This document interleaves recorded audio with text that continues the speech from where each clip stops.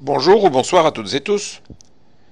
Nous avons fait une vidéo qui explique comment identifier un pouillot au sein des insectivores furtifs, pour être plus précis des passereaux insectivores furtifs, dont nous avons sélectionné les familles présentes en France et dans les pays voisins. Je vous invite donc, si vous avez des difficultés à identifier un pouillot par rapport à un autre oiseau, d'aller voir cette vidéo. Une fois que l'identification des pouillots est généralement acquise, il peut rester quelques difficultés, parce que ce n'est pas une famille si facile, mais ces difficultés sont très limitées.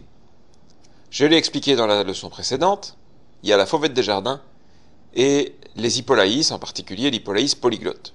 L'hippolaïs ictérine est presque identique à l'hippolaïs polyglotte, il y a d'ailleurs des hybrides de temps en temps, mais les projections primaires, en critères très importants que nous allons réétudier ici, permettent de l'identifier très facilement. Elles sont plus longues que chez l'hippolaïs polyglotte et que chez tous les pouillots. Il y a sur mon site internet un article qui s'appelle les projections primaires, qui explique tout ça dans beaucoup de détails de façon très simple. On ne va pas tout lire, je vais vous montrer quelques images pour vous rafraîchir la mémoire, et si c'est un concept qui est encore difficile pour vous, je vous invite à aller lire l'article dans son ensemble. Mais l'idée, le concept est vraiment très simple. Regardez ici sur cette rousserolle, nous avons l'aile, et on peut diviser l'aile en deux parties. Ce que vous voyez ici, je dirais en bicolore, c'est en fait des plumes foncées à bordure claire, c'est très souvent comme ça, pas toujours, sont les tertiaires.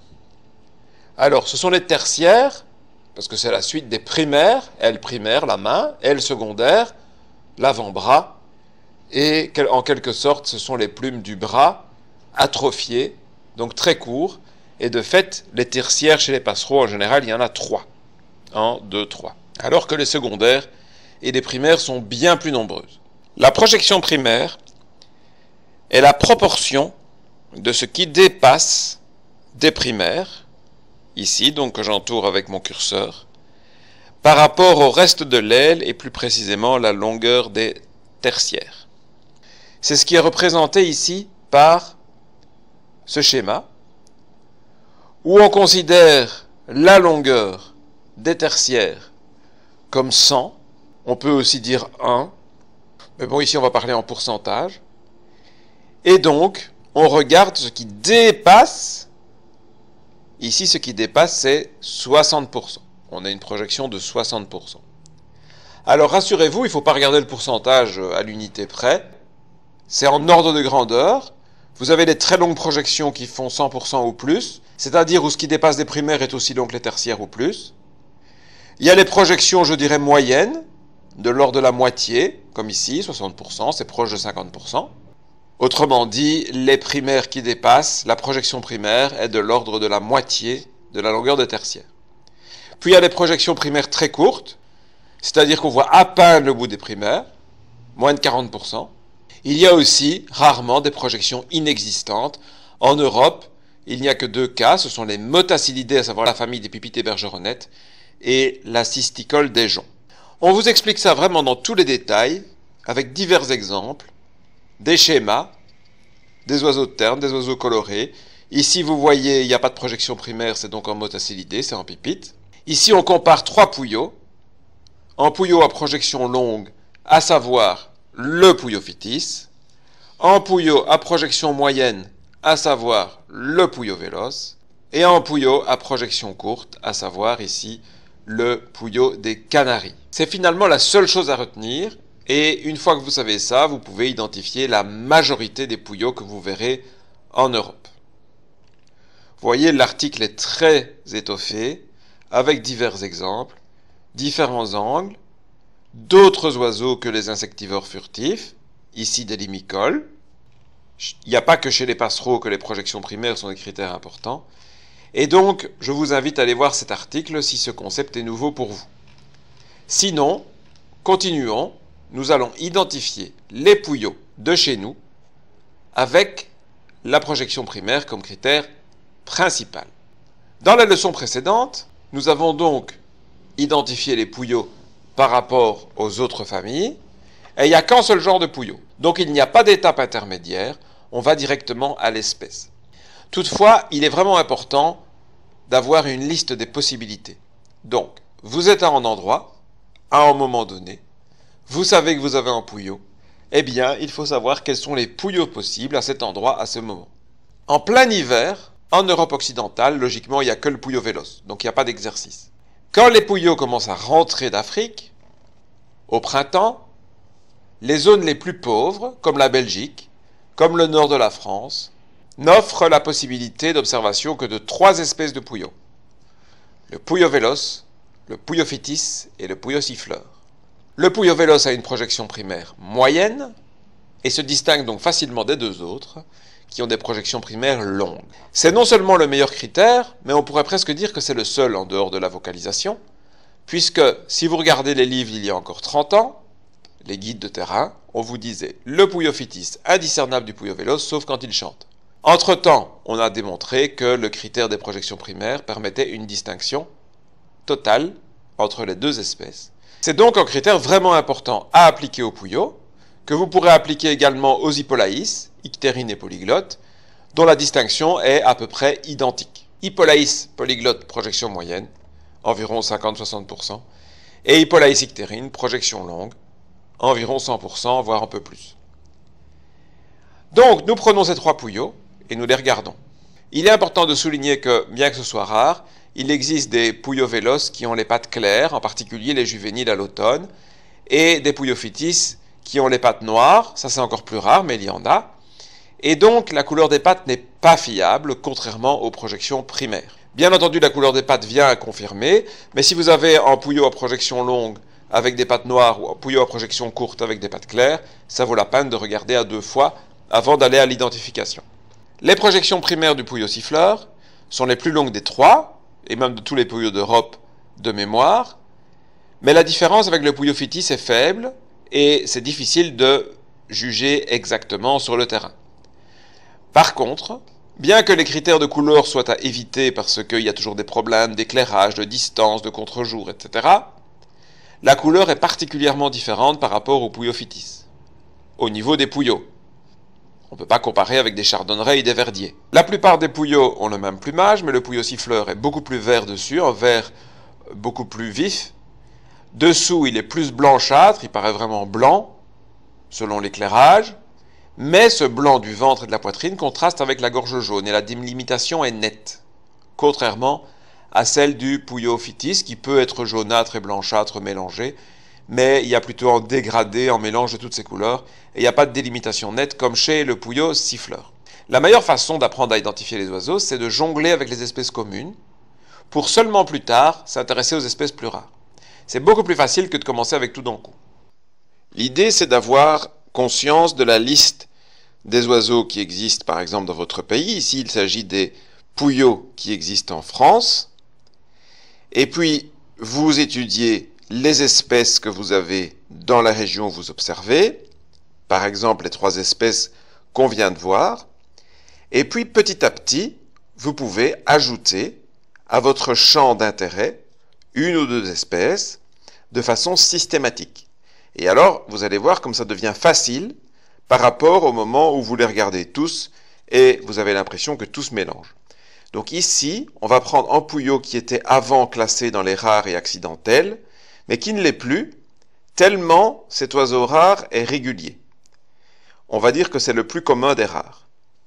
C'est le pouillot à grand sourcil.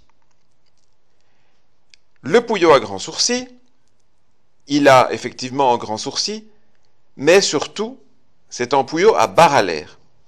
Il existe beaucoup de pouillots à barre à l'air en Asie, mais en Europe, il n'y en a pas, comme nicheur régulier, à l'exception de l'une ou l'autre espèce, comme le pouillot verdâtre, qui peut avoir une vague barre à l'air et qui niche par exemple en Finlande et en Pologne. Donc, d'un point de vue français, belge ou espagnol ou suisse ou portugais ou anglais, un pouillot à barre à l'air, c'est un pouillot rare d'Asie.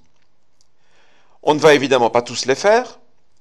Ici, c'est pour vous donner en avant-goût, en intérêt, par rapport à la recherche de ces petits pouillots qui s'égarent souvent à l'automne Et quand on cherche ces pouillots, celui qu'on trouve le plus régulièrement, c'est le pouillot à grand sourcil. Et donc vous voyez la barre à l'air, vous savez que c'est un pouillot à grand sourcil. Bien sûr, il y en a d'autres qui ont des barres à l'air et qui sont plus rares. La distinction entre ces espèces plus rares et le pouillot à grand sourcil, on ne le fera pas ici, mais je vous donne quelques pistes. Par exemple, vous voyez que non seulement il a une barre à l'air, mais il en a même deux. Il y a des pouillots qui n'en ont qu'une. Il y a aussi la mandibule inférieure du bec, qui est plutôt orangée chez certains et noire chez d'autres. Il y a la couleur des pattes.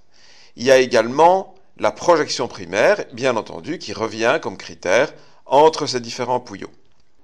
Si vous êtes en France ou en Suisse, donc à l'exception du nord et des régions où il n'y a pas cette espèce, c'est pour ça que je ne l'ai pas mise dans les premières, vous avez également le pouillot de Bonelli, qui est souvent assez commun. Alors lui, il n'a pas de barre à l'air, il se distingue des trois espèces les plus répandues, avec en contraste assez unique entre le manteau gris froid, et les ailes vert jaunâtre. C'est un pouillot à la migration plutôt courte, et il a des projections primaires qui se rapprochent de celles du pouillot véloce, donc moyenne, et non pas des deux autres. Notez en petit détail intéressant, quand on a des photos compliquées, etc., c'est que la plupart des pouillots, dont le véloce, ont un cercle oculaire, mais c'est un cercle oculaire incomplet. Le pouillot de Bonelli étant des rares, parmi ceux qu'on étudie, c'est le seul, qui a un cercle oculaire complet. Je profite pour rappeler que sur notre site internet, nous avons un article sur le cercle oculaire et un article d'ailleurs sur les barres à l'air également, si vous voulez aller plus loin. Il y a un autre pouillot qui niche en France, très localement, qui est très intéressant. Il mériterait une leçon à lui tout seul, donc nous n'allons pas en parler, et comme je n'ai pas de photo, je ne vais même pas vous le montrer. Par contre, on peut s'amuser à aller l'écouter sur Xenocanto, parce que ce pouillot, hormis le chant, est extrêmement proche du pouillot véloce, puisqu'on a cru pendant des décennies que c'était en fait la même espèce. Mais ce qui est intéressant, c'est que quand on a commencé à regarder les projections primaires, on a vu qu'en Espagne, le pouillot véloce avait des projections primaires plus longues, alors que logiquement, elles devraient être plus courtes. Comme l'oiseau est plus méridional, sa migration doit être plus courte, et donc les ailes sont plus courtes. Et elles sont plus longues. Or, aux Canaries, là, c'est logique. Le pouillot des Canaries a bien une projection plus courte. Donc, qu'est-ce que faisait ce pouillot entre des pouillots véloces, migrateurs partiels, à la projection moyenne, et le pouillot des Canaries, sédentaire à projection courte, et tout ça était la même espèce avant, et entre les deux, ce pouillot espagnol, ibérique, on ne le connaissait pas encore en tant que tel à l'époque, avec une projection plus longue. On a étudié d'un peu plus près, y compris génétiquement, et on a vu que c'était une espèce assez distincte, même s'il existe des hybrides, notamment dans les Pyrénées. Mais écoutez, le chant est bien distinct. Voici le pouillot véloce.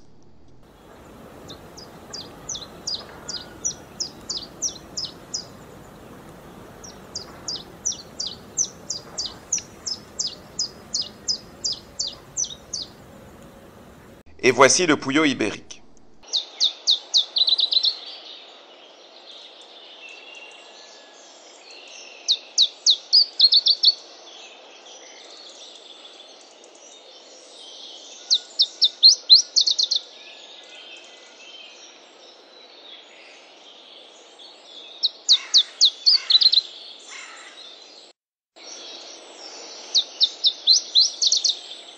Je vais terminer en disant que tous les pouillots accidentels qui viennent d'Asie n'ont pas de barre à l'air. Il y en a beaucoup, c'est la majorité, mais ce n'est pas tous. Il y a notamment deux pouillots qui ressemblent fort au pouillot véloce, qui n'ont pas de barre à l'air, qui se distinguent du pouillot véloce par un sourcil plus long sur l'arrière et des pattes claires. Leur projection primaire est courte.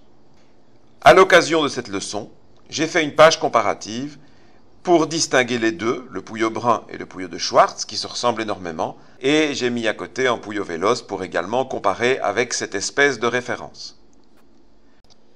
Voilà. Je vous remercie pour votre attention et à bientôt.